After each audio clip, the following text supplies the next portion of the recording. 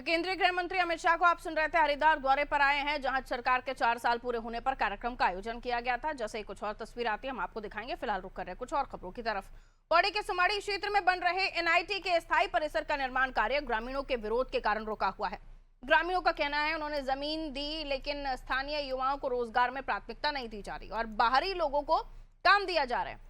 साथ ही निर्माण में पर्यावरण नियमों का पालन नहीं होने और डंपिंग जोन से खेतों को नुकसान होने की भी आशंका जताई जा रही है। और इसी को लेकर ग्रामीणों ने युवा नेता डॉक्टर सुधीर जोशी के नेतृत्व में मौके पर पहुंचकर प्रदर्शन किया। सूचना मिलने पर प्रशासन और निर्माण कंपनी के अधिकारी मौके पर पहुंचे और बातचीत की, लेकिन अभी तक कोई समाधान नहीं निकल पाया। प्रशासन का कहना है कि जल्द ही बातचीत कर समस्या का हल निकाला जाएगा।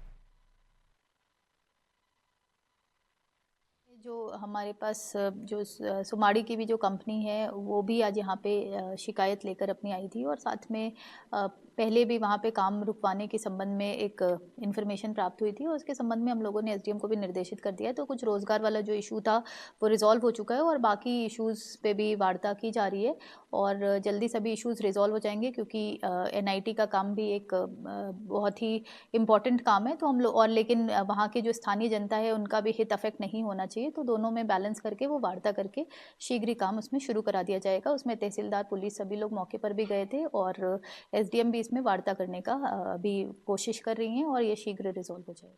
सैम इंडिया ने काम बेच दिया, एक तरीके से यूं कहे कि सब कॉन्ट्रैक्टर बनाया हिमालयन कंस्ट्रक्शन को। अब सबसे पहली बात ही हमारी है कि राष्ट्रीय प्रौद्योगिकी संस्थान, जो कि एक तरीके से national institute of technology, 31 NIT में से एक एनआईटी बनने जा रही है और बनाने वाली जो कार्यदायी संस्था बन जाती है हिमालयन कंस्ट्रक्शन, जिसने कभी बिल्डिंग बनाई नहीं, जिसका स्पेशलाइजेशन अगर किसी में है तो उसका रोड बनाने में स्पेशलाइजेशन है हिमालय कंस्ट्रक्शन का, उसका ब्रिज बनाने में है, पुल बनाने में है, लेकिन उसने कभी बिल्डिंगें तो बनाई नहीं।